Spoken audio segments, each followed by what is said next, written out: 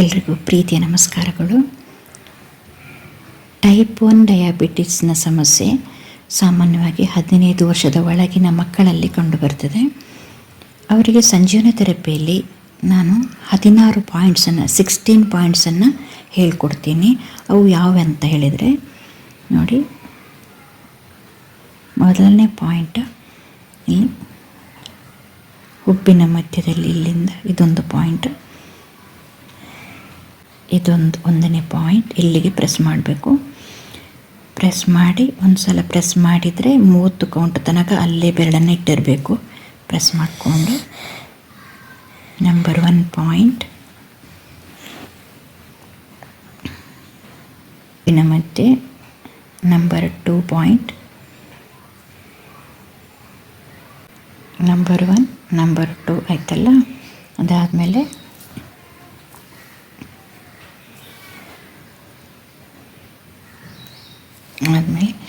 ಇದೇ ಎಡಹುಬ್ಬಿನ ನೇರ ಈ ಜಾಗದಲ್ಲಿ ಇಲ್ಲಿ ನೋವಿರ್ತದೆ. ಇದೊಂದು ನಂಬರ್ 3 ಪಾಯಿಂಟ್, ಇಲ್ಲಿ ಈ ಜಾಗ ನೋಡಿ, ಈ ಜಾಗ ನಂಬರ್ 3. ಈ ಹುಬ್ಬಿನ ಮಧ್ಯೆ ನೇರ ಈ ಜಾಗದಲ್ಲಿ ಇಲ್ಲಿ ನೋವಿರ್ತದೆ. ಇದು ನಂಬರ್ 3 ಪಾಯಿಂಟ್ 3. ಅದೇ ರೀತಿ ಹುಬ್ಬಿನ ಮಧ್ಯೆ ಈ ಜಾಗ ನಂಬರ್ 4 ಆಯ್ತಲ್ಲ. ಇದು ನಂಬರ್ 4. ಇಲ್ಲಿ ಪ್ರೆಸ್ ಮಾಡಿ ಅಲ್ಲೇ ಬೆರಳನ್ನು ಇಟ್ಟಿರಬೇಕು. ಟೂತ್ ಬ್ರಷ್ ಅಥವಾ ಪೆನ್ಸಿಲನ್ನು ಬಳಸ್ಬೋದು. ಇಲ್ಲಿ ಪ್ರೆಸ್ ಮಾಡಬೇಕು.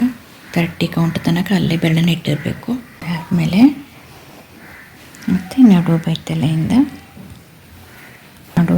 ಸ್ಟಾರ್ಟಿಂಗ್ ಪಾಯಿಂಟ್ ನೋಡಿ, ಇಲ್ಲಿಂದ ಹೀಗೆ ನಡು ಬೈತಲೆ ಸ್ಟಾರ್ಟ್, ಇಲ್ಲಿ ಇದೊಂದು ಪಾಯಿಂಟ್. 4ನೇದು 5ನೇ ಪಾಯಿಂಟ್, ನಡು ಬೈತಲೆ ಸ್ಟಾರ್ಟಿಂಗ್ ಪಾಯಿಂಟ್. ದೇವರ ಕುಂಕುಮ ಎಲ್ಲ ನಾವಿಲ್ಲಿ ಇಡ್ತೀವಲ್ಲ, ಇದೊಂದು ಪಾಯಿಂಟ್.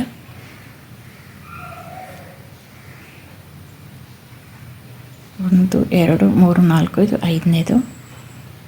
ಆದಮೇಲೆ ಅದರಿಂದ ಅರ್ಧ ಇಂಚು ಹಿಂದೆ, ನಡು ಬೈತಲೆ ಸ್ಟಾರ್ಟಿಂಗ್ ಪಾಯಿಂಟಿಂದ ಅರ್ಧ ಇಂಚು ಹಿಂದೆ ಇಲ್ಲೊಂದು ಪಾಯಿಂಟ್. ಆಮೇಲೆ ನಡು ನೆತ್ತಿ, ಹೀಗೆ ನಡು ಬೈತಲೆ ನಡು ತಲೆ ಮಧ್ಯಭಾಗ ನಡು ನೆತ್ತಿ ಇಲ್ಲೊಂದು ಪಾಯಿಂಟ್. ಇನಿಷಿಯಲ್ ಡಯಾಬಿಟಿಸಿಗೆ ನಾನೊಂದು ಪಾಯಿಂಟ್ ಹೇಳಿದೆ ನೋಡಿ, ನಡು ನೆತ್ತಿಯಲ್ಲಿ ಪ್ರೆಸ್ ಮಾಡಬೇಕು ಅಂತ, ಅದೊಂದು ಪಾಯಿಂಟ್.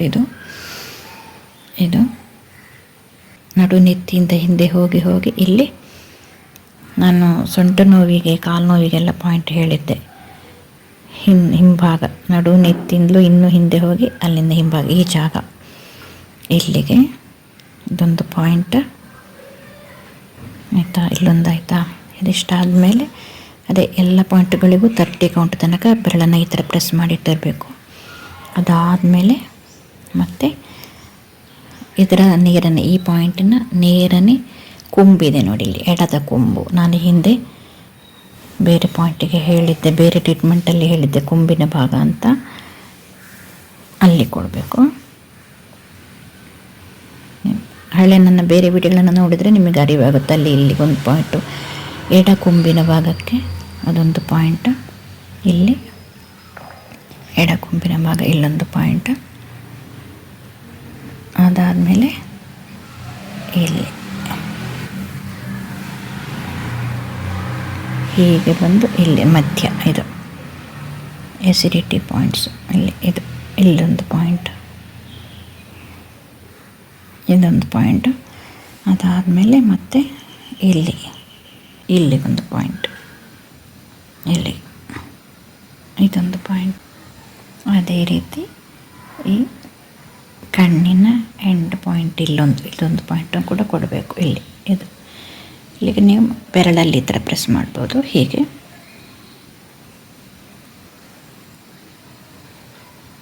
ಇಲ್ಲೊಂದು ಪಾಯಿಂಟ್ ಆಯ್ತಲ್ಲ. ಅದಾದಮೇಲೆ ಮತ್ತೆ ಬಲದ ಭಾಗದಲ್ಲಿ ಆ 16 ಪಾಯಿಂಟ್ಸ್ ಯಾವುದಿಲ್ಲ ಅಂತ ಮತ್ತೊಂದು ಸಲ ಹೇಳ್ತೀನಿ. ಇದಕ್ಕೆ ಬಲದ ಬದಿಯಿಂದ ಹುಬ್ಬಿನ ಮಧ್ಯೆ ನಂಬರ್ 1, ಅಲ್ಲಿಂದ ನೇರ ನಂಬರ್ 2 2, ಆಮೇಲೆ ಇಲ್ಲಿ ಕಿವಿಯ ಮೇಲೆ ಈ ಭಾಗ ನಂಬರ್ 3 3ನೇ ಪಾಯಿಂಟ್, ಕಣ್ಣಿನ ಎಂಡ್ 4ನೇ ಪಾಯಿಂಟ್. ಅದಾದಮೇಲೆ ಎಸಿಡಿಟಿಗೆ ನಾನು ಹೇಳಿದ್ದೆ ಪಾಯಿಂಟ್ ಎಲ್ಲಿ ಅಂತ, ಅದು ನೋಡಿ ಸೈಡ್ ತಲೆಯಿಂದ ಮತ್ತೆ ಇಲ್ಲೊಂದು ಪಾಯಿಂಟ್. ಆಮೇಲೆ ಬಲ ಕೊಂಬಿನ ಭಾಗ ಇಲ್ಲಿ, ಬಲ ಸೈಡ್ ಆಯಿತು. ನಡು ಬೈತಲೆ ಸ್ಟಾರ್ಟಿಂಗ್ ಪಾಯಿಂಟ್ ಇಲ್ಲೊಂದು, ಅರ್ಧ ಇಂಚು ಹಿಂದೆ ಇಲ್ಲೊಂದು ನಡು ನೆತ್ತಿ ಪಾಯಿಂಟ್. ಆಮೇಲೆ ನಡು ನೆತ್ತಿಯಿಂದ ಹಿಂದಿನ ಭಾಗ ಅಲ್ಲೊಂದು ಪಾಯಿಂಟ್. ಅದಾದಮೇಲೆ ಎಡಗಡೆ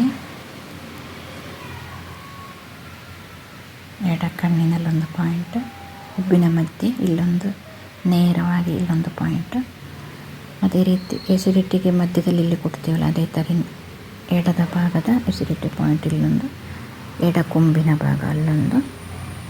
ಅದಾದಮೇಲೆ ಈ ಕಣ್ಣಿನ ಎಂಡ್, ಎಡದ ಕಣ್ಣಿನ ಎಂಡ್ ಇಲ್ಲೊಂದು ಪಾಯಿಂಟ್. ಆಮೇಲೆ ಎಡದ ಕಿವಿಯ ಪಕ್ಕ ಇಲ್ಲೊಂದು ಪಾಯಿಂಟ್. ಟೋಟಲಾಗಿ 16 ಪಾಯಿಂಟ್ಸನ್ನು ಪ್ರೆಸ್ ಮಾಡಿದರೆ ಪಾಪುಗೆ, ಮಕ್ಕಳಿಗೆ ಇಷ್ಟೇ ಸಾಕು. ಮಕ್ಕಳಾಗಿರೋದ್ರಿಂದ ಬೇಗ ಆ್ಯಕ್ಟಿವೇಟ್ ಆಗುತ್ತೆ ನರ್ವ್ಸ್ಗಳೆಲ್ಲ. ಹಾಗಾಗಿ ಟ್ರೈ ಮಾಡಿ ನೋಡಿ. ಅಕಸ್ಮಾತ್ ನಿಮಗೆ ಗೊತ್ತಾಗಿಲ್ಲ ಅಂತೇಳಿ ನನ್ನ ಫೋನ್ ನಂಬರ್ ಇದೆ, ಫೋನ್ ಮಾಡಿ ನೀವು ವಿಚಾರಿಸ್ಬೋದು. ಟ್ರೈ ಮಾಡ್ತೀರಲ್ವ? ನೋಡಿ, ಈ ಥರ ಪ್ರೆಸ್ ಮಾಡೋದ್ರಿಂದ ಏನು ಲಾಭ ಅಂತ ನೀವು ಅಂದ್ಕೊಳ್ಬೋದು. ಟೈಪ್ 1 ಡಯಾಬಿಟಿಸ್ ಇರುವವರ ಪ್ಯಾಂಕ್ರಿಯಸ್ಸು ಡ್ಯಾಮೇಜ್ ಆಗಿ ಅದಕ್ಕೆ ಇನ್ಸುಲಿನ್ ಉತ್ಪತ್ತಿ ಮಾಡೋದಕ್ಕೆ ಶಕ್ತಿ ಇರೋದಿಲ್ಲ. ಅಂಥ ಸಂದರ್ಭದಲ್ಲಿ ಆ ಸಮಸ್ಯೆ ಇರುವವರಿಗೆ ಎಕ್ಸ್ಟ್ರಾ ಇನ್ಸುಲಿನನ್ನು ನಾವು ಕೊಡಬೇಕಾಗುತ್ತೆ. ಅದನ್ನು ಎಷ್ಟು ಪ್ರಮಾಣದಲ್ಲಿ ಕೊಡಬೇಕು ಅನ್ನೋದು ಕೂಡ ಮುಖ್ಯ. ಕೆಲವರಿಗೆ ಜಾಸ್ತಿ ಪ್ರಮಾಣದಲ್ಲಿ ಕೊಡಬೇಕಾಗುತ್ತೆ, ಕೆಲವರಿಗೆ ಕಡಿಮೆ ಪ್ರಮಾಣದಲ್ಲಿ ಸಾಕು. ಅದೇ ರೀತಿ ಪ್ಯಾಂಕ್ರಿಯಸ್ ಎಷ್ಟು ಪ್ರಮಾಣದಲ್ಲಿ ಡ್ಯಾಮೇಜ್ ಆಗಿದೆ ಅನ್ನೋದು ಕೂಡ ಮುಖ್ಯ. ಅದರಲ್ಲಿ ಕೆಲವು ಸಲ ತುಂಬ ಡ್ಯಾಮೇಜ್ ಆಗಿರುತ್ತೆ, ಆವಾಗ ಜಾಸ್ತಿ ಇನ್ಸುಲಿನ್ ಕೊಡಬೇಕು. ಇಂಥ ಸಂದರ್ಭದಲ್ಲಿ ನಾವು ಈ ಥರ ಪ್ರೆಸ್ ಮಾಡಿದಾಗ ಪ್ಯಾಂಕ್ರಿಯಾಸಿಗೆ ಸ್ಟ್ರೆಂತ್ ಬಂದು, ರಕ್ತ ಸಂಚಾರ ಆಗಿ ಸ್ಟ್ರೆಂತ್ ಬಂದು ಪ್ಯಾಂಕ್ರಿಯಾಸ್ ನಾರ್ಮಲ್ ಪ್ರೊಸಿಷನ್ಗೆ ಕೂಡ ಬರ್ಬೋದು. ಅದರ ವರ್ಕ್ ಅನ್ನೋದು ನಮ್ಮ ಮಾಮೂಲಿ ಕೆಲಸವನ್ನು ಅದು ಮಾಡ್ಬೋದು. ಆ ಮೂಲಕ ಸಮಸ್ಯೆನ ಪರಿಹಾರ ಮಾಡ್ಕೊಳ್ಬೋದು. ಅಂದರೆ ಅದು ತಕ್ಷಣ ಅಂತಲ್ಲ, ಸ್ಲೋಲಿ ಕರೆಕ್ಟ್ ಆಗ್ಬೋದು. ಒಂದು 6 ತಿಂಗಳು ಅಥವಾ 1 ತಿಂಗಳಲ್ಲೇ ಚೇಂಜಸ್ ಗೊತ್ತಾಗುತ್ತೆ ಈ ಥರ ಪ್ರೆಸ್ ಮಾಡೋದ್ರಿಂದ. ಅದು ಚಿಕ್ಕ ಮಕ್ಕಳಿಗೆ ಈ ಥರ ಪ್ರೆಸ್ ಮಾಡೋದ್ರಿಂದ ಬೇಗ ನಮಗೆ ರಿಸಲ್ಟ್ ಸಿಗುತ್ತೆ. ಅದೇ ರೀತಿ ಇನ್ಸುಲಿನ್, ಕೆಲವು ಮಕ್ಕಳಿಗೆ ಇನ್ಸುಲಿನನ್ನು ಜಾಸ್ತಿ ಪ್ರಮಾಣದಲ್ಲಿ ಕೊಡಬೇಕಾಗುತ್ತೆ. ದಿವಸದಲ್ಲಿ 3-4 ಸಲ ಕೊಡೋದು, ಅಥವಾ ದಿವಸದಲ್ಲಿ 1 ಸಲ 2 ಸಲ, ಈ ಥರ. ಆ ಪ್ರಮಾಣವನ್ನು ಕೂಡ ಕಡಿಮೆ ಮಾಡ್ಕೊಳ್ಬೋದು. ಅದು ಕೂಡ ನಮಗೆ ಒಳ್ಳೇದಲ್ವಾ. ಇನ್ಸುಲಿನ್ ಕಡಿಮೆ ತಗೊಂಡಷ್ಟು ಕೂಡ ನಮಗೆ ಒಳ್ಳೆಯದು ಅಲ್ವಾ. ಅಥವಾ ಈ ಟ್ರೀಟ್ಮೆಂಟ್ ತಗೊಂಡು ವಿದೌಟ್ ಮೆಡಿಸಿನ್ ಇದನ್ನು ತಗೊಂಡು ಪ್ಯಾಂಕ್ರಿಯಸ್ ಕರೆಕ್ಟ್ ಆಯಿತು, ನಾರ್ಮಲಿಗೆ ಬಂತು ಅಂದರೆ ಲೈಫ್ ಟೈಮ್ನ ಪ್ರಶ್ನೆ. ಒಂದ್ಸಲ ಇನ್ಸುಲಿನ್ ಪಾಪಗೆ ತಗೊಳ್ತು ಅಂದರೆ ಅದರಿಂದ ಎಷ್ಟೊಂದು ಸೈಡ್ ಎಫೆಕ್ಟ್ಸ್. ಈಗ ಟೈಪ್ 1 ಡಯಾಬಿಟಿಸ್ ಇರುವವರಿಗೆ ಅಂದರೆ ಅವರ ತೂಕ ನಷ್ಟ ಆಗುತ್ತೆ, ಮೂತ್ರ ವಿಸರ್ಜನೆ ಜಾಸ್ತಿ ಹೋಗೋದು, ಅತೀವ ಬಾಯಾರಿಕೆ ಆಗೋದು, ಸಿಹಿ ಪದಾರ್ಥಗಳನ್ನು ಏನನ್ನೂ ತಿನ್ನೋಕ್ಕಾಗಲ್ಲ ಪಾಪ ಅಲ್ವಾ. ಇಷ್ಟೊಂದು ಸಮಸ್ಯೆಗಳು. ಏನಾದರೂ ಅನಾರೋಗ್ಯ ಸಮಸ್ಯೆ ಬಂದರೆ ಬೇಗ ವಾಸಿ ಆಗೋದಿಲ್ಲ. ಅಂತೂ ತುಂಬ ರೆಸ್ಟ್ರಿಕ್ಷನ್ ಕೂಡ ಇರುತ್ತೆ ಟೈಪ್ 1 ಡಯಾಬಿಟಿಸ್ ಅವರಿಗೆ. ನಾರ್ಮಲ್ ಆಗಿ ಲೈಫ್ ಲೀಡ್ ಮಾಡೋಕ್ಕೆ ಕಷ್ಟ ಆಗುತ್ತೆ. ಆ ಥರದ್ದೆಲ್ಲ ಈ ಟ್ರೀಟ್ಮೆಂಟನ್ನು ದಿವಸದಲ್ಲಿ 3 ಸಲ ತಗೊಂಡ್ರೆ ಅದು ನಾರ್ಮಲ್ ಆಗಿ ಎಲ್ಲ ಅಂಗಗಳಿಗೂ ಪ್ರೆಷರ್ ಸಿಗುತ್ತೆ ನೋಡಿ. ಆ ಮೂಲಕ ಅದರ ಪ್ಯಾಂಕ್ರಿಯಾಸಿನ ಜೊತೆಗೆ ಅದಕ್ಕೆ ಕನೆಕ್ಟ್ ಆಗಿರುವ ಬೇರೆಲ್ಲ ಅಂಗಗಳು ಕೂಡ ರಕ್ತ ಸಂಚಾರ ಆಗಿ ಅದು ಹೆಲ್ತಿಯಾಗಿ, ಆ ಮೂಲಕ ಪ್ಯಾಂಕ್ರಿಯಾಸ್ ಕೂಡ ಆರೋಗ್ಯ ವೃದ್ಧಿಗೆ ಒಳ್ಳೆಯದು. ಆ ಮೂಲಕ ಸಮಸ್ಯೆನ ಸ್ಲೋಲಿ ಕಡಿಮೆ ಆಗ್ಬೋದಾ ಅನ್ನೋದನ್ನು ನಾವು ಪ್ರಯತ್ನ ಪಡ್ಬೋದಲ್ವಾ. ಟೈಪ್ 1 ಡಯಾಬಿಟಿಸ್ ಸಮಸ್ಯೆ ಇರುವವರಿಗೆ ರೆಸಿಸ್ಟೆನ್ಸ್ ಪವರ್ ಕೂಡ ಕಡಿಮೆ ಇರುತ್ತೆ. ಯಾಕೆಂದರೆ ಅವರಿಗೆ ಇಷ್ಟಪಟ್ಟ ಆಹಾರಗಳನ್ನೆಲ್ಲ ಏನೂ ತಗೊಳ್ಳೋಕ್ಕಾಗಲ್ಲ, ಕಂಟ್ರೋಲ್ ಮಾಡ್ಕೊಳ್ಬೇಕಾಗುತ್ತೆ. ಪೌಷ್ಟಿಕಾಂಶಗಳ ಕೊರತೆ ಕೂಡ ಅವರಿಗೆ ಕಾಡುತ್ತೆ. ಆ ಮೂಲಕ ಅವರ ರೆಸಿಸ್ಟೆನ್ಸ್ ಪವರೇ ಕಡಿಮೆ ಆಗುತ್ತೆ. ಇಂಥ ಸಂದರ್ಭದಲ್ಲಿ ಈ ಟ್ರೀಟ್ಮೆಂಟನ್ನು ತಗೊಂಡಾಗ ಅವರಿಗೆ ಆ್ಯಕ್ಟಿವ್ ಆಗಿಬಿಡ್ತಾರೆ, ರೆಸಿಸ್ಟೆನ್ಸ್ ಪವರ್ ಬರುತ್ತೆ, ಎಲ್ಲ ಅಂಗಾಂಗಗಳು ಆ್ಯಕ್ಟಿವೇಟ್ ಆಗಿ ಡೈಜೆಸ್ಟಿವ್ ಸಿಸ್ಟಮ್ ಕೂಡ ಕರೆಕ್ಟಾಗಿ, ಆ ಮೂಲಕ ಟೋಟಲ್ ಹೆಲ್ತ್ ಇಂಪ್ರೂವ್ಮೆಂಟ್ ಆಗುತ್ತೆ. ಅದರ ಜೊತೆಗೆ ಅವರು ತಗೊಳ್ಳುವ ಈ ಮೆಡಿಸಿನ್ ಏನು ಗೊತ್ತಾ, ಅದು ಸ್ವಲ್ಪ ಕಡಿಮೆ ಪ್ರಮಾಣದಲ್ಲಿ ತಗೊಳ್ಬೋದು. ಹಾಗಾಗಿ ನಾವು ವಿದೌಟ್ ಮೆಡಿಸಿನ್ ಈ ಟ್ರೀಟ್ಮೆಂಟನ್ನು ಮಾಡೋ ಪ್ರಯತ್ನ ಮಾಡೋಣ ಅಂತ ನಾನು ಹೇಳೋದು ಅಲ್ವಾ. ಹಾಗಾಗಿ ನೀವು ಟ್ರೈ ಮಾಡಿ ಅಂತ ನಾನು ಹೇಳ್ತಿರೋದು, ಆಯಿತಾ. ಟೈಪ್ 1 ಡಯಾಬಿಟಿಸ್ಗೆ ನಾನೀಗ ಹೇಳ್ಕೊಟ್ಟಿರೋದು. ಮುಂದಿನ ವಿಡಿಯೋದಲ್ಲಿ ನಾನು ಟೈಪ್ 2 ಡಯಾಬಿಟಿಸ್ ಮತ್ತು ಡಯಾಬಿಟಿಸ್ ಲೋ ಆದರೆ ಹೇಗೆ, ಲೋ ಶುಗರ್ ಮತ್ತು ಹೈ ಡಯಾಬಿಟಿಸ್, ಇದಕ್ಕೆ ನಾನು ಮತ್ತೆ ಮುಂದಿನ ವಿಡಿಯೋದಲ್ಲಿ ಹಾಕ್ತೀನಿ ಯಾವ ಥರ ಟ್ರೀಟ್ಮೆಂಟ್ ಮಾಡ್ಕೊಳ್ಬೋದು ಅಂತ. ಸರ್ವೇ ಜನ ಸುಖಿನೋ ಭವಂತು. ನಮಸ್ಕಾರ.